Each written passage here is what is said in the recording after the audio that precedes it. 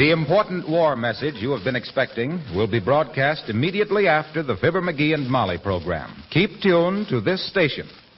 And here's the Johnson Wax program with Fibber, McGee, and Molly.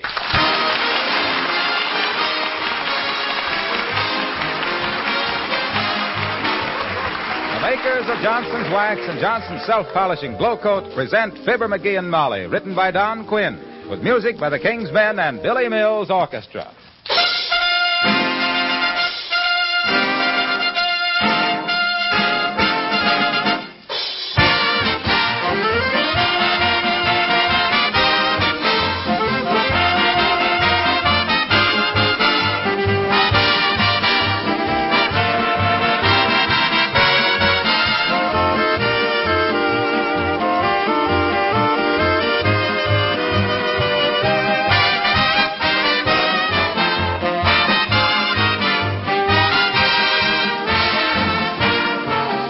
Last week, I was glancing over one of the country's leading newspapers, and I noticed an article called Keeping Your House in Tune with the Times. You know, it made me feel right at home, for this is what I read. Preserving and protecting the surfaces around your house was once the sensible thing for a good housewife to do. Now it's a case of preserve or do without. The situation isn't as bad as it sounds if you take advantage of wax in any of its forms. Wax is not only a great preservative, but it's also a great time saver. For wax surfaces are more easily dusted because the dirt and dust remain on top and don't penetrate the layer of wax. Well, now, doesn't that sound just like H. Wilcox talking about Johnson's Wax? I must remember to write them a letter. They've really got the right idea.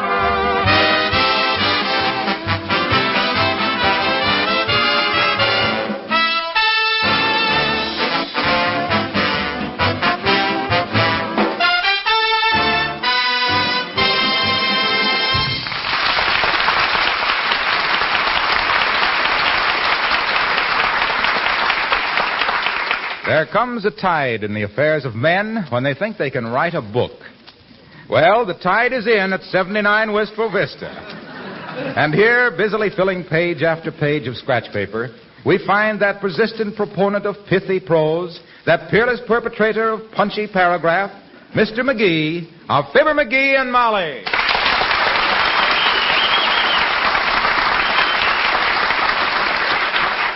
So, grasping her in his strong arms, he kissed her tenderly on the forehead as she run her slender fingers through his dark curly hair, which she had first took his hat off so she could. Then, as a knock came at the door... McGee, I never heard such drivel in my life. What are you reading? I ain't reading, I'm writing. You're what? I'm writing a book.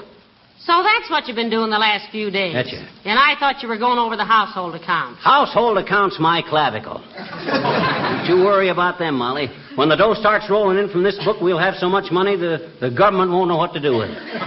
Now, let's see. Where was I? Oh, yes. I was just getting to the place where my heroine, Maisie Laprine, has just met Lieutenant Fragwell. Just met him? Yeah. Last I heard, he was taking her into his strong, curly arms and was kissing her. Well, it was love at first sight. You see, he was coming down the street on roller skates while she was cleaning the front steps, and she swept him off his feet. Oh. I got some cute dialogue there. Oh, I'll bet you have. But the plot really gets toward a little later on.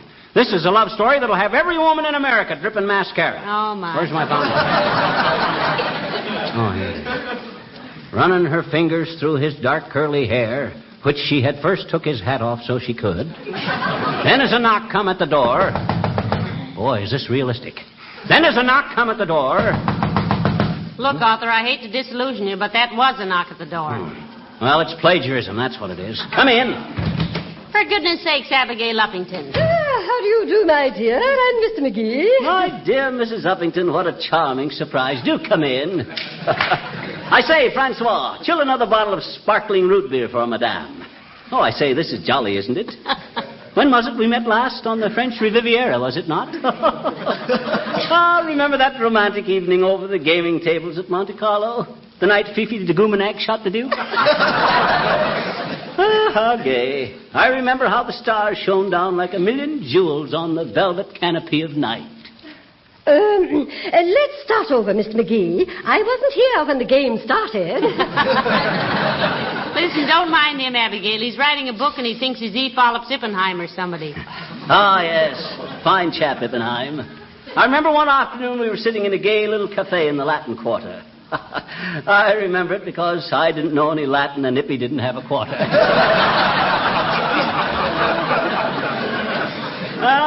It's great how those little experiences... Look, come off your high horse, dearie, before it throws you. Oh, I find this very interesting, Mrs. McGee. Didn't think I could write a book, eh? I didn't think you could write, period. Oh, he's been working like a little beaver, Abigail. You betcha. Chew a tree down and build a dam for the lady, little beaver. Okay, deride. Laugh, if you will, my fine feathered friends. But the time will come when you'll point to my picture in magazines and say, I know that man. That's Earl Stanley McGee, the author. Who? Earl Stanley McGee. That's my nom de prune. I think you mean nom de plume, Mr. McGee. I mean nom de prune. I'm going to show the writing business some new wrinkles. Say, when you get the manuscript finished, dearie, let me give it to Uncle Dennis. Oh? Is he acquainted with some publishers, my dear? Well, I think he is. I've often heard him say he knows every bookmaker in the country. You know, I suppose, that you should have a literary agent, Mr. McGee. A literary what? A literary agent. Someone to act as middleman for you, to make good arrangements with some publishing house, to protect your rights. You artistic people are so unbusinesslike, you know. Oh, yes, I suppose we are. We authors live in a world of dreams, Abigail. We're shy and practical creatures. We should be shielded from the cruder, the harsher aspects of life. Oh, my. Could you face the crude fact that your fountain pen is dripping on your pants leg, dear? Huh? Oh. Hey, Uppy, I thought you joined up with the wax. When do you go? Oh, I don't go, Mr. McGee. I was declined with thanks. Oh, that's too bad, Abigail. I'm so sorry. Now, that's a shame, kid. They should not have turned down a big, sensible girl like you. What was wrong? Mr. McGee, there was a time when I would have approached the answer to that question with some trepidation. Yes? I would have evaded a direct reply with all the delicate finesse at my command. Yes? But the cold, brutal fact remains that I'm too darned old. Oh, goodbye.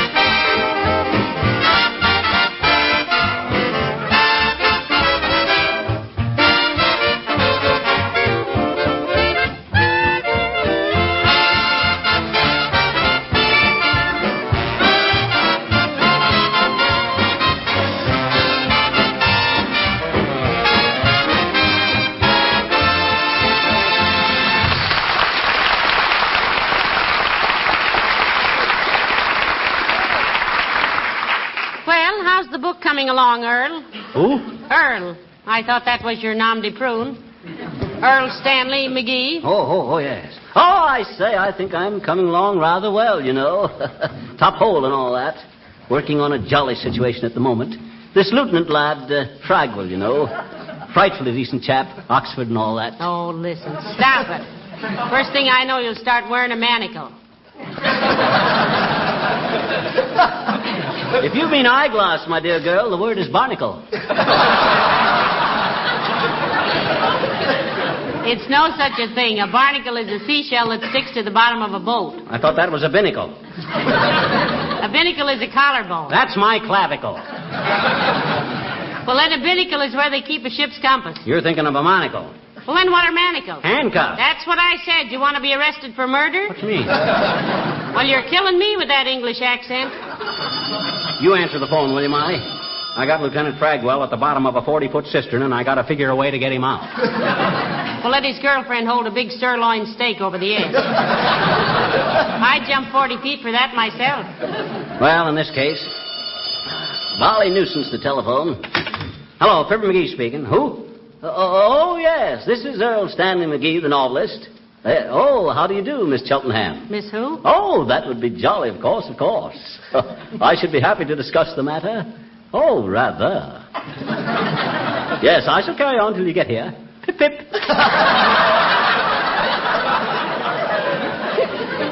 You keep carrying on like that, and I'll get the pip myself.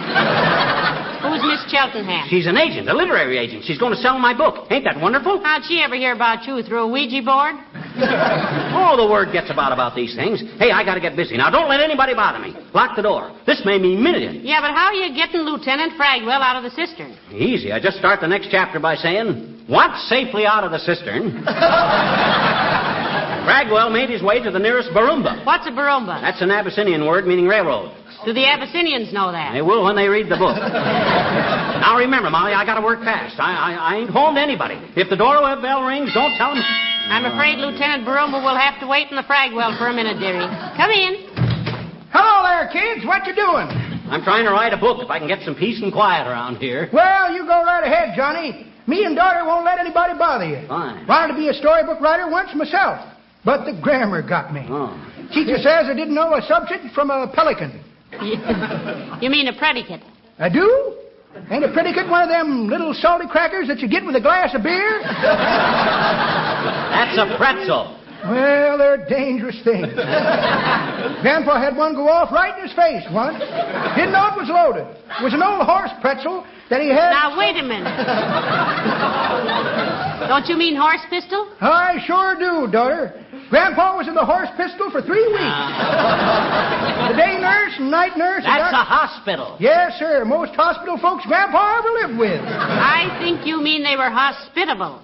No, they took his chewing tobacco away from him when he went in. Grandpa always said... Look, old-timer, look. Can't you stop changing the subject? No, I can't, Johnny. Teacher always told me I couldn't tell a subject from a pelican. Listen, but you don't mean pelican. Why don't I? Because a pelican is a big bird. You're telling me, Johnny. Teacher gave me a bird so big it blew me out of school and I never went back. Well, I won't bother you, Johnny. So long, daughter.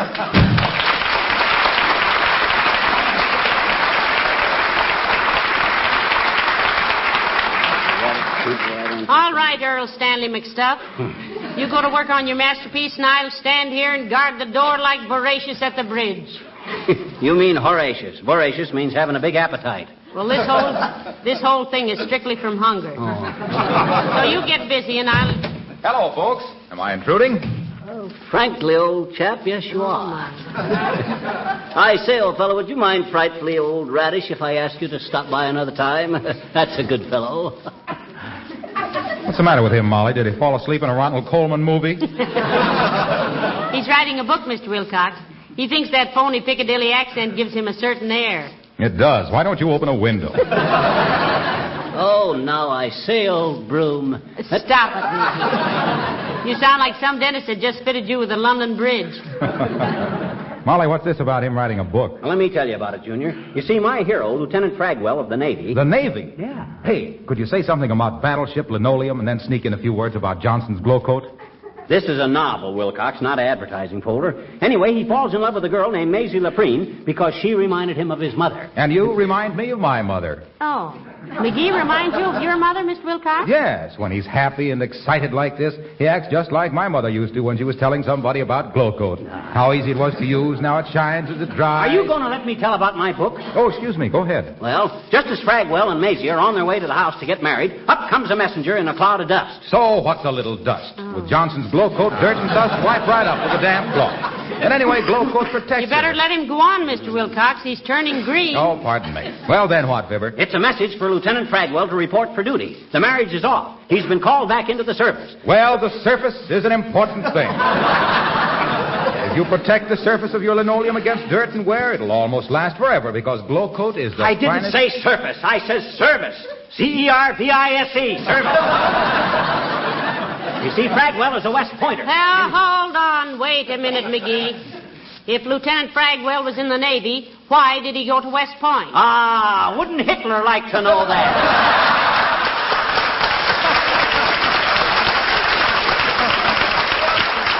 Military secrets. Hey, where are you going, Junior? Don't you want to hear the finish, Mr. Wilcox? No, I don't think I do, Molly. You see, I'm so used to sparkling, gleaming, immaculate wax coating that Johnson's Glow Coat gives, it spoiled me for inferior finishes. Oh. Well, I'll see you again.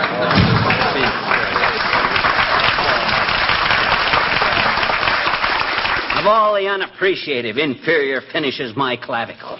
I tell you, the ending of my book has got a wallop that'll tear your heart out. Well, what is it? I don't dare tell. But get this, Molly. After the book ends, I'm inserting 3 pages of crossword puzzles. Oh. Just to give the readers a chance to calm down. This book has got such a smash climax that I don't want to be responsible for people going hayseed. You mean Haywire? I thought Haywire was a movie actor. That's Hayward. What is Haywire? Buy the bail? I'll buy the bail if it's cheap Oh, enough. stop What it, are we will you? talking about? Come in, thank goodness. Good afternoon. I'm sorry, sis. Whatever it is, we don't want any. We got all the linens we need. And if it's magazines, you're wasting your time because Are you Mr. McGee? Yes, I am, sis. And let me tell you again. I am Virginia Cheltenham, the literary agent. You're... Oh, gee, if I'd only... Oh, my gosh. Got caught with your accent down, didn't you, dearie? Come in, Miss Virginia Ham. Cheltenham. Virginia Cheltenham. I suppose you're a mighty proud girl to have a father who could write a book. She ain't my father. I'm her mother. Oh, excuse me. Miss Cheltenham, my wife, Molly. How do you do, I'm sure? Your wife? Oh, how splendid. Let me tell you something about myself, Mr. McGee. I am a literary agent of long standing. Have a chair, Chel? I beg your pardon? Oh, yes, thank you. Yeah. Mr. McGee, are you familiar with serial rights, motion picture rights, dramatic rights, foreign translations, and the other 100 things regarding which a busy author must protect himself? Heavenly days. And I thought an author just wrote a book and took his money, and boom, that was that. No, I never knew there was so much to it, Miss, sis. Well, they are all very important. I was having tea one afternoon with, now let me see, there was Red and Jack and Elle and Ernie. Who are they? Red, that's Red Lewis, of course. Sinclair Lewis, you know. Oh, yes, I read his book, Aerosmith. Yeah. Disappointed, though. No Indians in it. Who are them other guys? Elle, that's Ellery Queen. Ernie Hemingway and Jack Steinbeck. Oh. Did you ever do any business with Charlie and Vic? Who, Mrs. McGee? Charlie and Vic? You know, Charlie Dickens and Vic Hugo. Well, I'll be going out and making fun of people. Okay. Well, Miss Cheltenham, now here's about my book. This Lieutenant Fragwell... I shall want to read the manuscript myself, Mr. McGee. Well, it May ain't I? finished. Pardon me. I got 3 chapters to go. Well, I'll take it as is. A manuscript needn't necessarily be complete to make a sale, you know. Oh, swell. Well, this Lieutenant Fragwell... Now, my usual business procedure is this, Mr. McGee. Yes? I take full responsibility for the promotion and sale of all rights in your literary work. Oh, I see. You, on the other...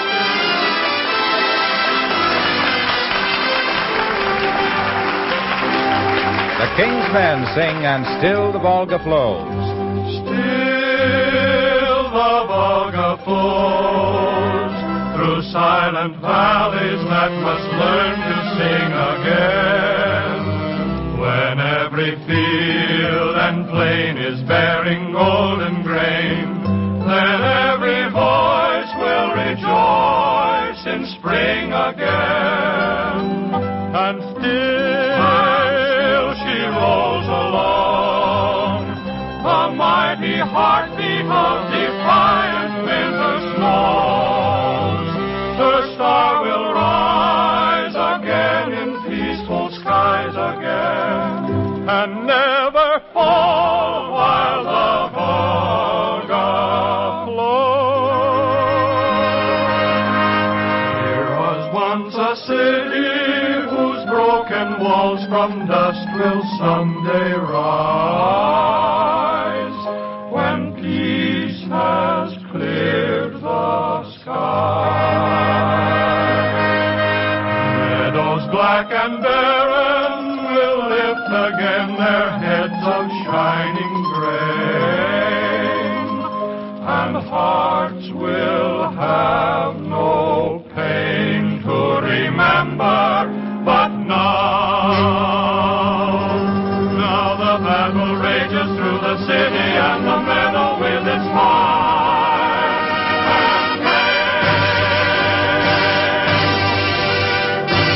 and still the hug of foes, the mighty heartbeat of a nation winning free through angry foes and blinding winter snows, forever free while the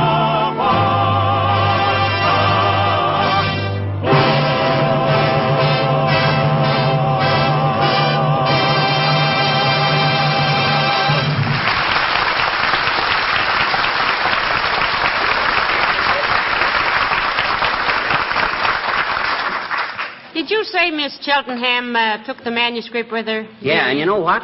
First, she's going to sell it to maybe a magazine like the Red Book or maybe Time Magazine. Time magazine doesn't run novels. Well, she says they will when they see this one. It's going to make history, she says. And then she says she'll sell it to maybe Random House as a book.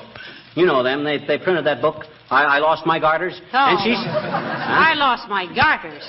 I don't remember that book. Oh, well, maybe that wasn't exactly... Oh, no, it was The Last Time I Saw Paris.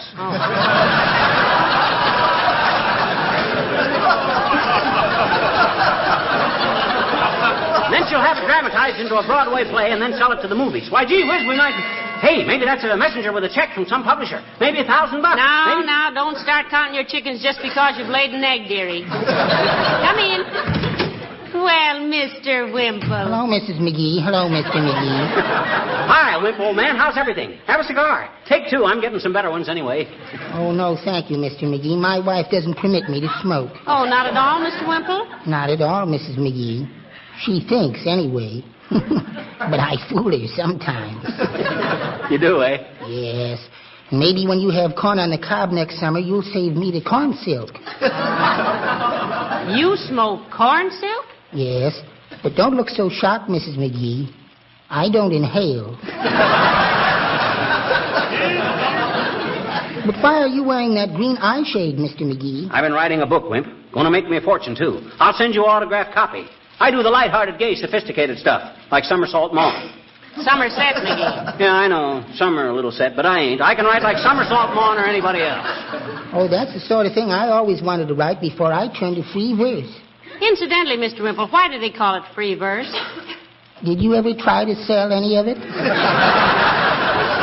Well, no, I never have. You ever do any serious writing, Wimp? You know, I might be able to give you a few pointers. Plot, motivation, and all stuff like that there. Oh, I did do one short story, Mr. McGee, when I was single. Mm-hmm.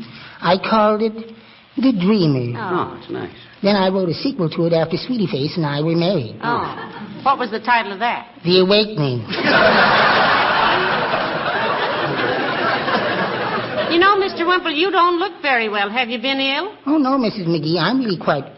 Oh, I guess you didn't hear about my terrible experience. What was that, Wallace? You know that horrible rainstorm we had last week? Yeah. Well, I was nearly drowned. I must have swallowed 5 gallons of water. Well, don't you know enough to come in out of the rain, Wimp?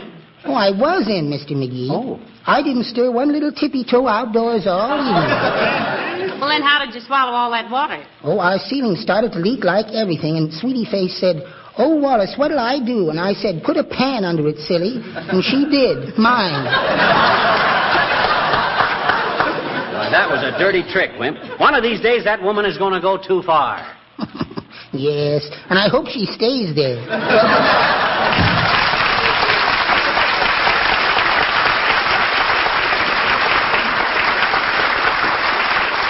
Hey, Molly, you know what I'm going to do with the first $50,000 I make off my book? I'm going to buy... Tell me later, dearie. I've got to take these tea things out. You wait, Molly. One of these days you'll look back and wonder how we could live in a dump like this.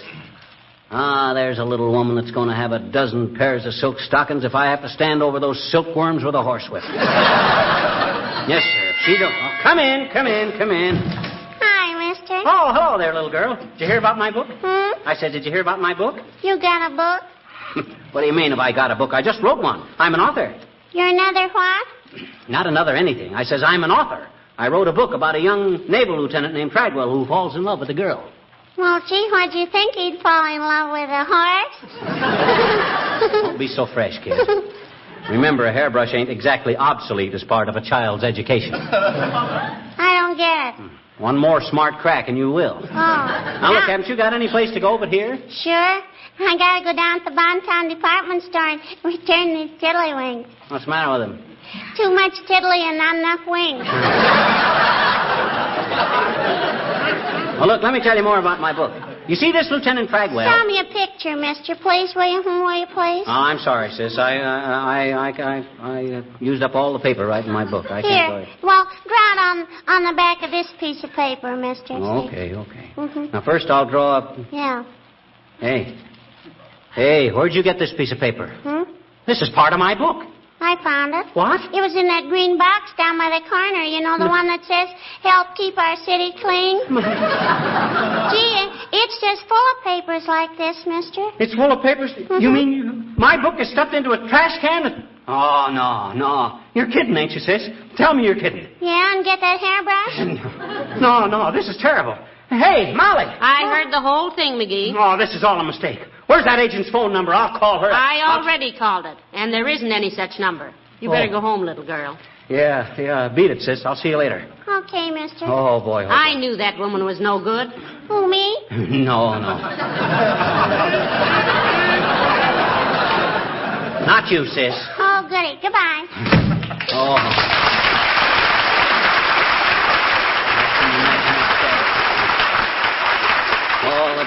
All that work for nothing. My career. How much money did she take you for, McGee? Well, gee whiz, she sounded legitimate. How much did she get? Well, she asked me for $500 to promote the book, advertising and stuff. How much did you give her? Then she come down to $250, and I said... How much did she get?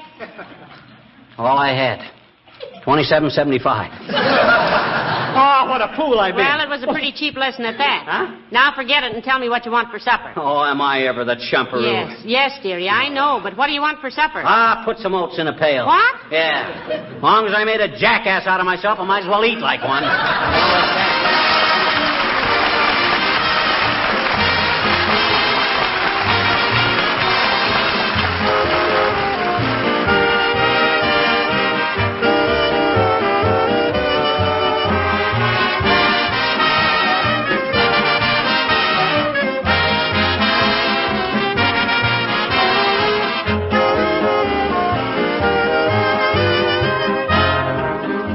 Have you noticed an increase in neighborliness in recent months? With less driving around, there's more visiting back and forth. I'm sure that in many homes tonight, friends and neighbors are sitting around listening to this program together. The makers of Johnson's Wax are glad they can bring Fibber and Molly into your home. And they want me to thank you again for your continued loyalty to all Johnson's Wax products. All of us on the show are happy to be working for a company whose products are so helpful in these times. The regular use of Johnson's Wax protects your floors, furniture, and woodwork at a time when conservation is so vital. It saves you many hours of work when manpower and woman power are so important. And besides, it makes your home more beautiful and more sanitary because a waxed home is a clean home.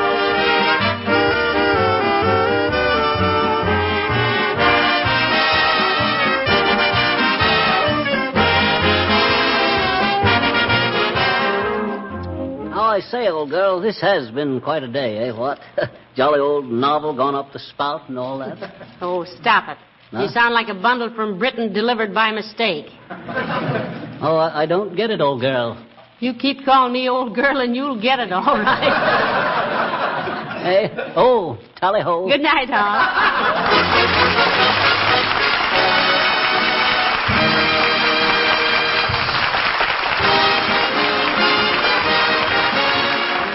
The characters of the old-timer and Wallace Wimple heard on this program were played by Bill Thompson. This is Harlow Wilcox speaking for the makers of Johnson Wax Finishes for Home and Industry, inviting you to be with us again next Tuesday night. Good night. This program has reached you from Hollywood. This is the National Broadcasting Company.